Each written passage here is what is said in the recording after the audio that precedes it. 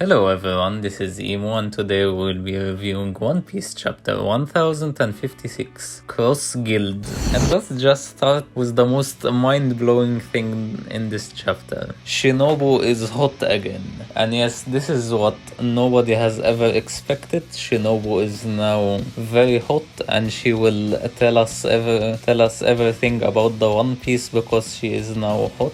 No, but seriously, the most hype thing in this chapter is probably the title of this chapter, Cross Guild, where we see that Buggy has formed a new organization which he has Mihawk and Crocodile under him, and this organization has put bounties on marine heads. So Buggy has pulled out an Uno reverse card on the marines and he has put bounties and rewards on them. I wonder if he has put bounties on the admirals or not. Well, it could be, but yeah, he's pulled off an Uno reverse card, and even Zoro says it's not possible. I cannot imagine that Mihawk could be Buggy's subordinate, and Luffy even says they could never, he's an idiot. So we will have to see.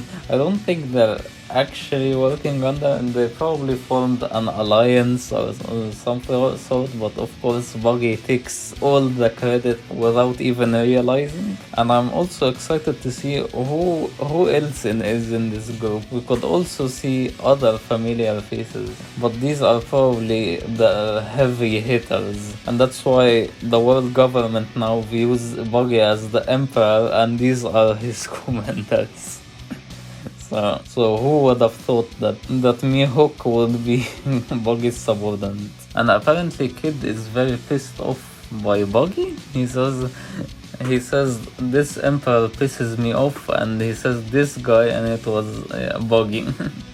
I don't know why. Maybe I have no idea why he's pissed off because of him. And Law gives a copy of the Road Poneglyph to Kid, and Kid says something interesting, or Killer says something interesting. He says that it's just like the time when we faced off against a commander and we forced him to give us a copy of the Road Poneglyph. So is that when he stole some things from Big Mom in the beginning of the New World, when she said that Kid has already stolen some things from us?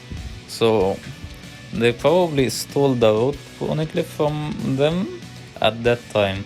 So there's a high possibility that he stole the Road Poneglyph from Snack, because later Snack was defeated by Orouge. So maybe it was at the same time period. And Kid says he's going to look for the guy with the burn scar. I don't know who he's talking about, neither does Luffy. So Kid has an advantage on them. And we see in this chapter that Luffy has told Tama that if she learns ninjutsu, she could join the crew when she gets older, and she could be a formidable ninja, which is very nice and cute. And we also see Carrot, one of the most favorite One Piece characters, and we see Nekamamushi and Arashi tell her that they're staying in Wano and they want her to be the ruler of Zou. However, she doesn't want to. She says there are a lot of stronger people who are up for this than her, and however they all want to support her as the new leader, as she carries the will of Pedro. Now, I don't know, in my opinion, I feel it's very weird that Carrot could be the one that's going to be ruling the Minks, as she's very young. Plus, I don't see her in any leadership roles. I'm not talking about any strength or anything, because as they acknowledge this, she's not the strongest, but they say she carries Pedro's will. But what's weird about that is that Pedro was an adventurer. He always wanted to adventure and search about the poneglyphs, and he wasn't even a pirate. They called him a pirate, but he was just an explorer. And she had the dream to explore the seas. I know that Nekamamushi and Arashi are pushing the new age, but I don't know, it doesn't sit well to me, and I don't see her as the ruler of the Minks. So we'll just have to wait and see what happens. And we also see that Tsukuyoki has actually revealed himself that he is Momonosuke and Hiyori's grandfather, which I expected to happen because Momonosuke has to learn to read the Poneglyphs, and he's the one who's going to teach them. And they are very glad that someone of their blood is still alive, and they got very emotional over it. And apparently everyone in the scabbards realized that it was him except for Kiyamon. He never realized it was him.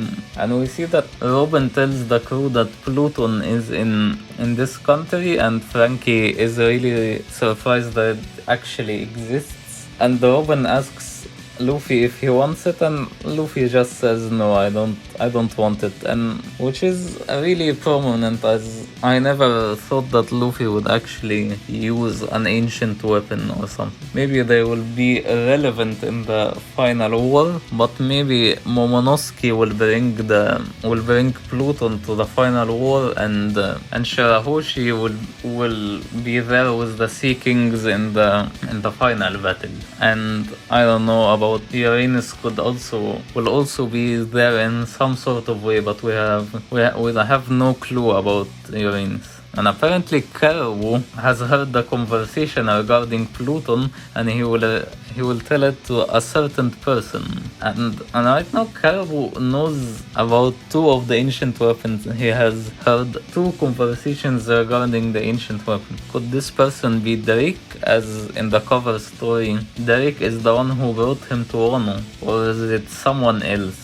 We'll have to wait to find out. And finally, in the end of the chapter, we see that the Strawhats have left without saying goodbye to Keamon and Momonosuke. And Momonosuke and Keamon will go to depart them goodbye. And we also see that Yamato has decided to go with the crew as Kuzuki Oden, like Kuzuki Oden. So we will see what will happen. I know I myself in this department of Yamato, I'm a bit iffy, because I say a lot that I don't see her as a Straw Hat. I see her as a good character, but I don't see her as a Straw Hat. So we have to wait and see what happens. I'm still not sure if she will join, even after what she said. So I'll have to wait and see. So if you enjoyed my review of this chapter, please like and subscribe, as it really helps me out a lot. This is Emo, and I will see you next time. Bye bye.